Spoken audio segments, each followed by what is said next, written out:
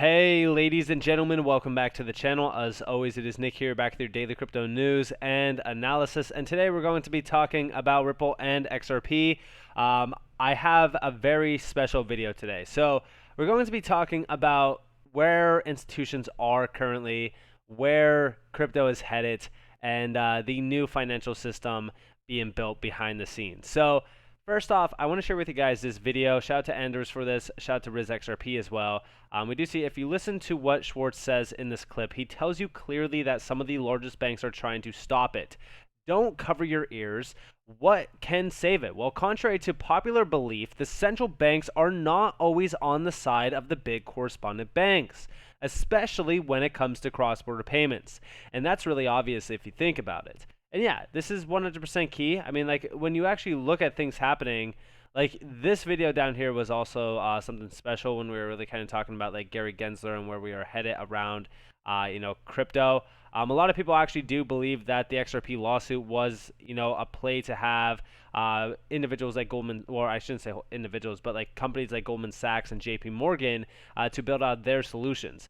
It's all a major power play. It's always going to be a power play. I mean, when you have something like this technology that fundamentally tears apart the entire monopoly around XRP, or around banks, and the entire financial system, why wouldn't it be targeted? This is why I do believe that XRP was fully targeted since the beginning of time, is because of the underlying technology. And I think that they always thought it was a joke up until around like 2017, 2018, when it did hit $3.84, and then all eyes were on it. All eyes were on it. They studied it, they understood the technology, and they hated it.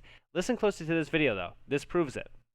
We have the technology to allow every financial institution on the planet to settle with every other financial institution in a compatible jurisdiction in any asset in seconds for less than a penny. Just think about this. Anyone who's made a payment knows that we're nowhere near that today. But imagine every financial institution settling with every other financial institution in seconds for less than a penny, any asset. That's fundamentally transformative.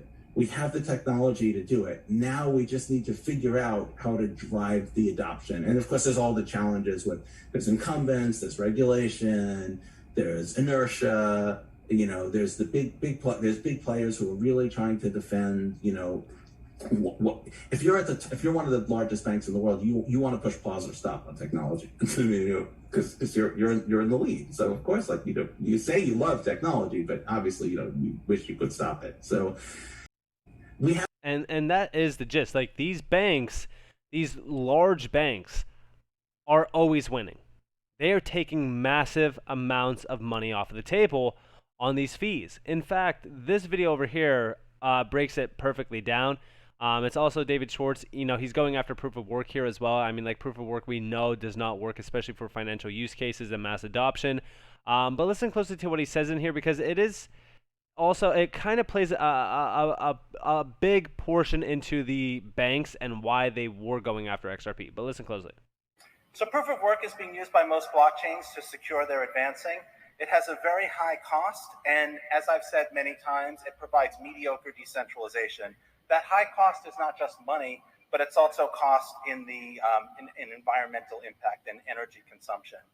A lot of people have pitched POW as proof of work as providing an equal opportunity, but it just doesn't. It provides an advantage to whoever has the cheapest power and whoever has the best ASICs, and so it doesn't provide the type of decentralization that I think we'd all like to see. I think it's also important to remember that miners pay for power with money generated by the ecosystem. So if you're mining Bitcoin, the money that you use to pay for energy isn't coming from the miners. That money is coming from the people who use the Bitcoin ecosystem. It's a tax. It's a form of residual friction. And I think an analogy to think about is when you look at some blockchains, they measure the value that they're creating by the fees that they take in. So Ethereum takes in a lot of fees. Bitcoin takes in a lot of fees, and that tends to suggest to some people that those blockchains are particularly valuable. But that's residual friction. It's like the money that PayPal makes, right? PayPal reduces friction between buyers and sellers, but the money PayPal makes is the friction they didn't remove. If you're a buyer, any money that PayPal makes is money that you had to pay, and if you're a seller, any money that PayPal makes is money you didn't get.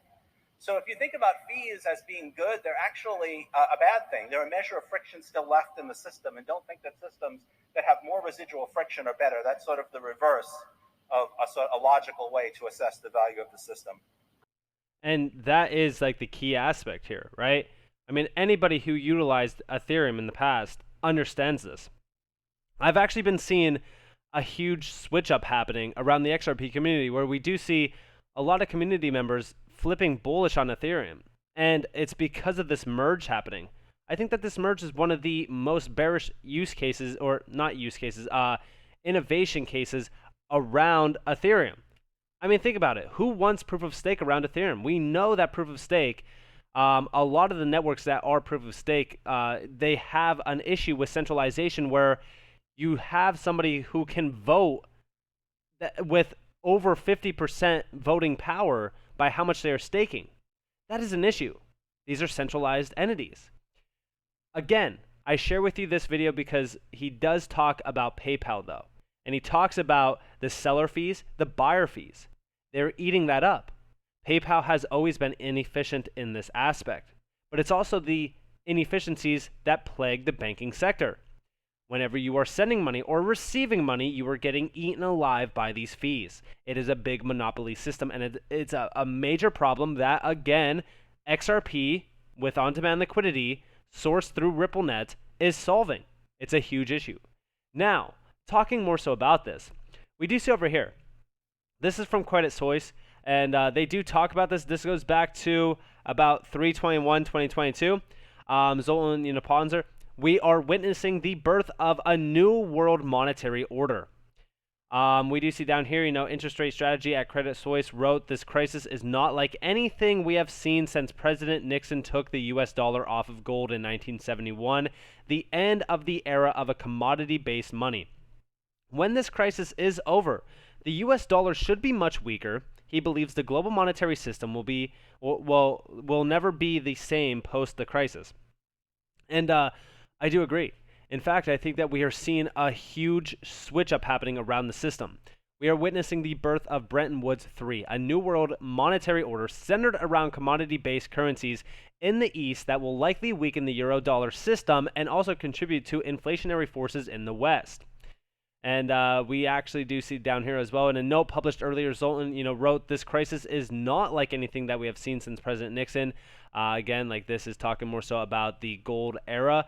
From a Bretton Woods era backed by gold bullion to Bretton Woods 2 backed by inside money treasuries with unhedgeable confiscation risk to Bretton Woods 3 backed by outside money, gold bullion, and other commodities, Zoltan believes the global monetary system will never be the same post this crisis. Yeah, I agree. And honestly, when we talk about this, we are seeing a gold-backed system being implemented currently. We just talked about this in a video just the other day where we are seeing central banks, like, they're stockpiling massive amounts of gold. Why is this? Well, because, again, we look over here to July 2nd, 2022. China is doubling down on its bid to challenge the dollar's global dominance. Analysts lay out why it's unlikely to succeed. It's funny that these analysts always are saying, like, all right, yeah, it's unlikely to succeed. They're just behind it is really just arguing the fact that the U.S. dollar is more valuable. It's just illogical to continue to think that the dollar is going to continue its dominance reign. There's always going to be a new reserve currency. There's going to be a new reserve currency, I would say implemented by 2030 at least. That's like the most logical time frame that I could actually put on it. But we do see the BRICS group of countries are brewing up a challenge to dollar dominance with a new reserve currency, but it's unlikely to challenge the dollar as 4 of the 5 currencies are managed against the greenback. I'd rather be paid in US dollars than rand, real, rubles, rupees, or yuans, one analyst told Insider. Again, to me, I think that when we really kind of look at this, we are going to be ushering into a commodity-based system. This new reserve currency that they are working on is most likely going to be backed by gold. And the reason why I say this is they have been moving towards a very, very large gold-backed system for a while now. And this goes back to even when we started to put sanctions on Russia. That's when they really started this plan. We have seen stockpiling of gold happening, Russia holding a very large percentage of gold. And not only that, but China has been making, rounds with their digital currency for a very long time.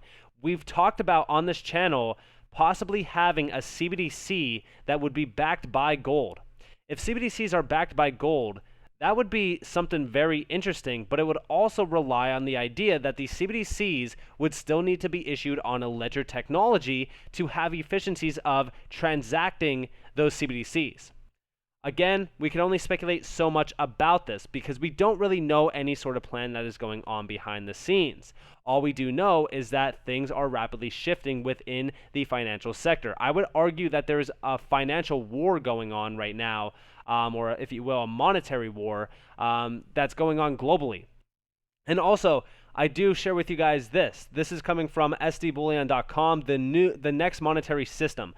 Over the last 2 centuries alone, the world has seen monetary system rules change every 30 to 40 years. We are overdue for a new set of monetary rules and a structural change in the financial system.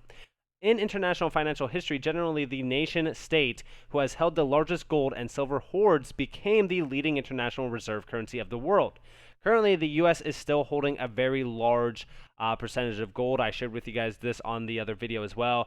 But I don't believe that the U.S. has been audited in regards to their gold backing. If we do see an updated audit around this, we could most likely see that the BRICS nations hold more gold than the U.S. right now.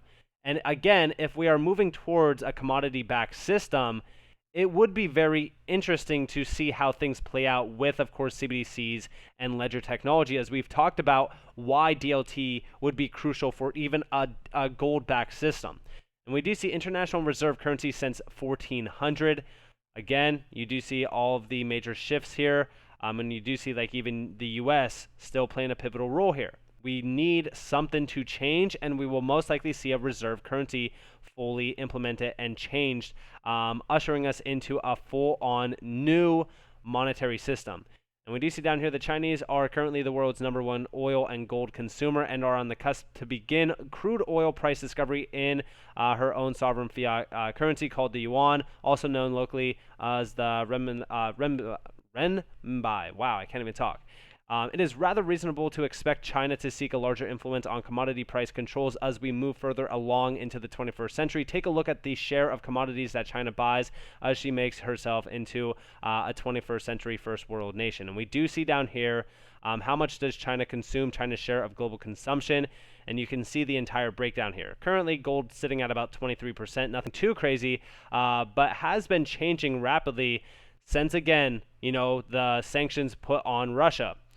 And we do see China, Russia, India, and many other Silk Road nations have also formed relatively new organizations to not only settle trade transactions in their own currencies without US dollars, euros, etc., but to also transfer hard physical commodities over land utilizing trains and pipes as opposed to ships. Doing this helps her avoid almost all US military sea lane controls. And also, by the way, this is why I say that if we do have a commodity-based or backed reserve currency ushered in, it would still need to have a DLT-based system implemented so that we could tokenize gold backing, similar to like Comtech Gold from Zinfin, as well as like there's a few other ones as well within this market.